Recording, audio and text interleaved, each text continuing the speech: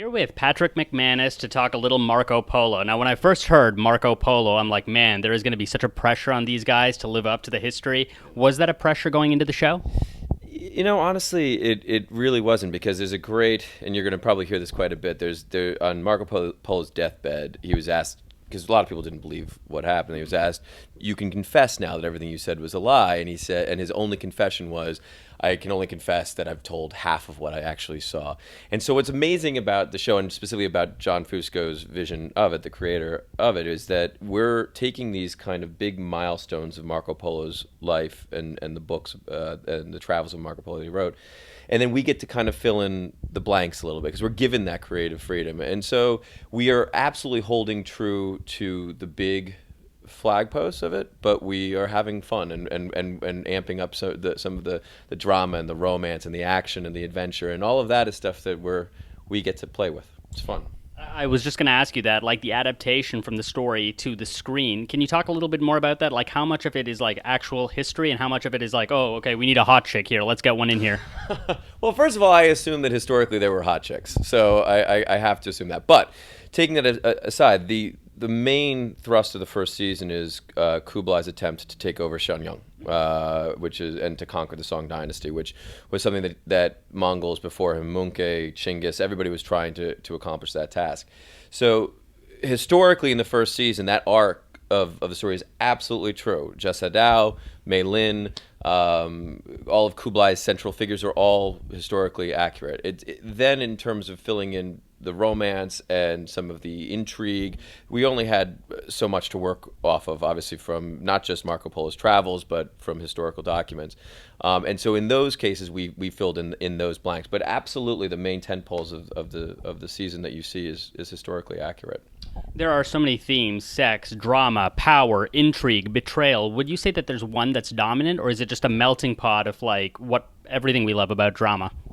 The answer is both. I know it's a cop-out answer, but honestly, I would say that it's all those things that you mentioned, but on top of that is a classic family story, and specifically fathers and sons. And that was the thing that I was most interested in when John pitched it to me almost 3 years ago now, literally 3 years ago, was this idea that, yeah, you put something in the 13th century. Yes, you put these gorgeous, stunning costumes. Yes, you put these amazing sets, these astounding action sequences.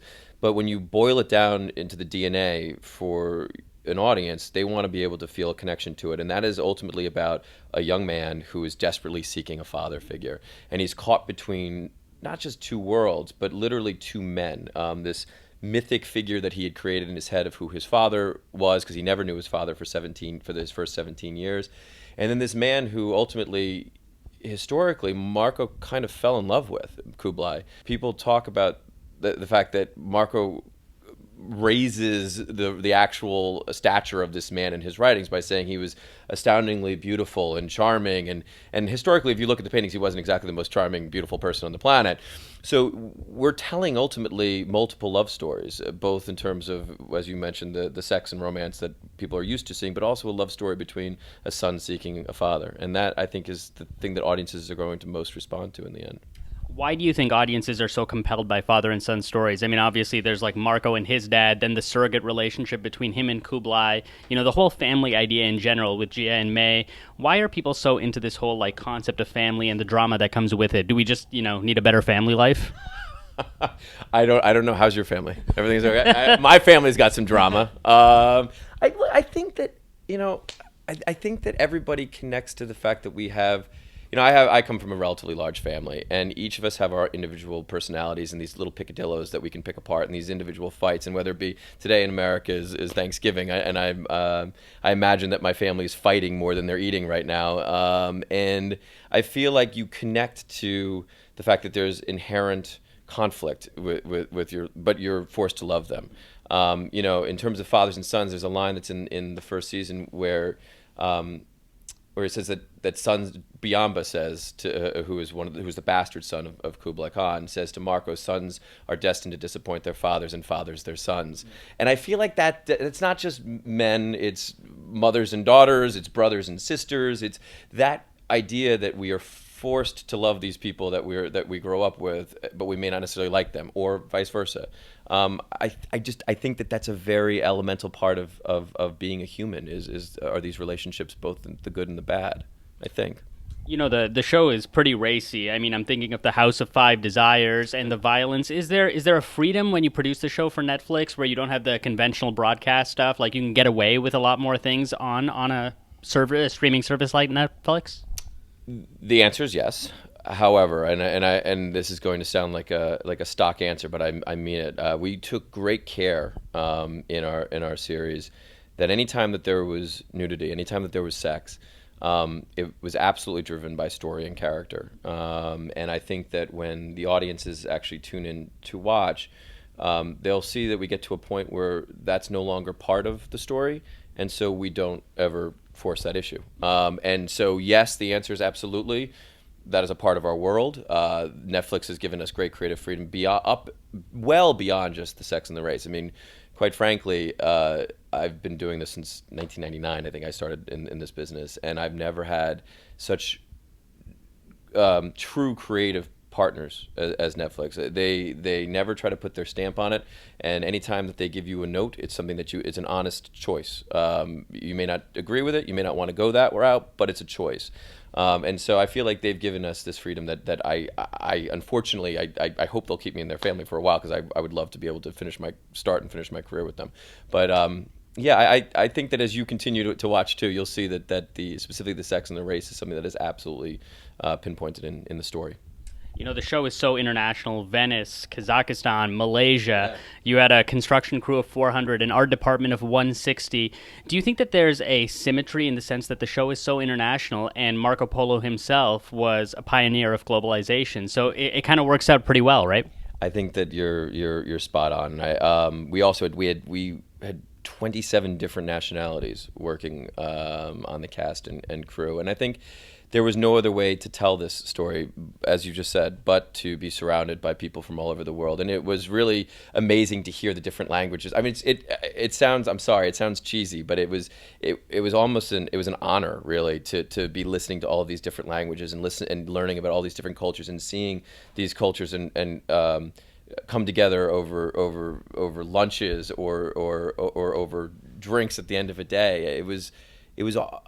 It's weird for me. It sounds patronizing, but I feel like I was most proud about the fact that we were able to really establish true friendships on this as well. Under some, obviously, it's always challenging doing a TV show, let alone a TV show this big, and everybody really was astounding. So yeah, I would say that's a good comparison. And I love the story about how Lorenzo was chosen. Can you talk a little bit about that? Because that's like the dream, isn't it? Yeah, it was. We got so lucky, honestly. He was, when you're doing casting, you've only got so many seconds to watch tapes sometimes, and when you've got hundreds of tapes coming in. And Lorenzo was one that he was there and then he was gone in terms of our viewing. And it wasn't anything other than we weren't sure, who was next. And it wasn't until we kind of hit a wall where we had two choices and we had to make one, that John Fusco, his wife, she went back through all of the tapes. Maybe it's because she lived in Vermont and it was winter. But she went through all the tapes, and she sent John. She's like, John, you've got to watch Lorenzo Riquelme again. And John did, and he passed it to us, and he said, guys, you have to watch it straight to the end. And when you got past minute 2 up to minute 9, it was immediate.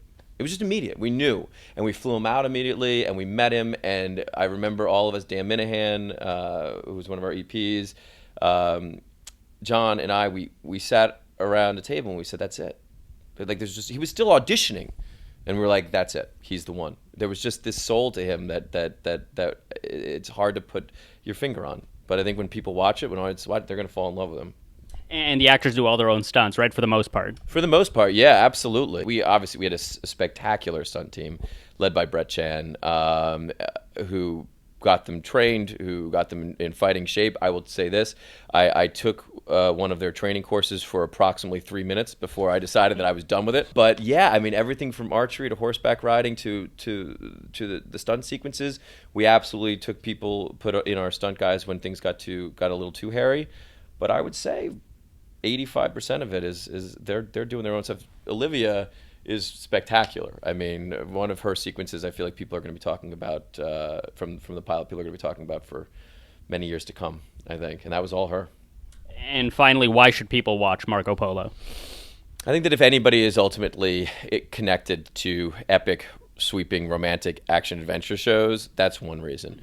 But then, and that's a huge reason, I think people are going to be entertained, and that's why we ultimately do this. But on the flip side, as I said earlier, the DNA structure of a good family drama, people throw around the term "never before seen on TV," "never before seen in film." That's an easy soundbite. I can say with beyond a shadow of a doubt that from the story structure all the way to those adventure sequences, the sumptuous nature of this show at every level has never been seen before on TV. And I hate to say that this is going to be, I feel like, the thing I'm going to talk about for the rest of my career. And I say hate because I think everything's downhill from here. You sound like the Lost guy. Amazing. Thank you so much. Thank you very much. I'm Patrick MacManus. Now wait for an exclusive scene of Marco Polo. He is my son, and most dear to me. But if it pleases your greatness, you may take him as your man and servant. What do you wish in return? The opportunity to pay tribute to my Khan from my journeys along the Silk Road. Father, what are you doing? Marco, trust this. Be silent. Your son. Be silent. You wish not the honor of service in the court of the Khan of Khans? What greater tribute can a man offer than his own flesh and his own blood? Your Latin merchants may engage in trade along my Silk Road. Ahmed, my Minister of Finance, will discuss taxation and transit. Take your leave.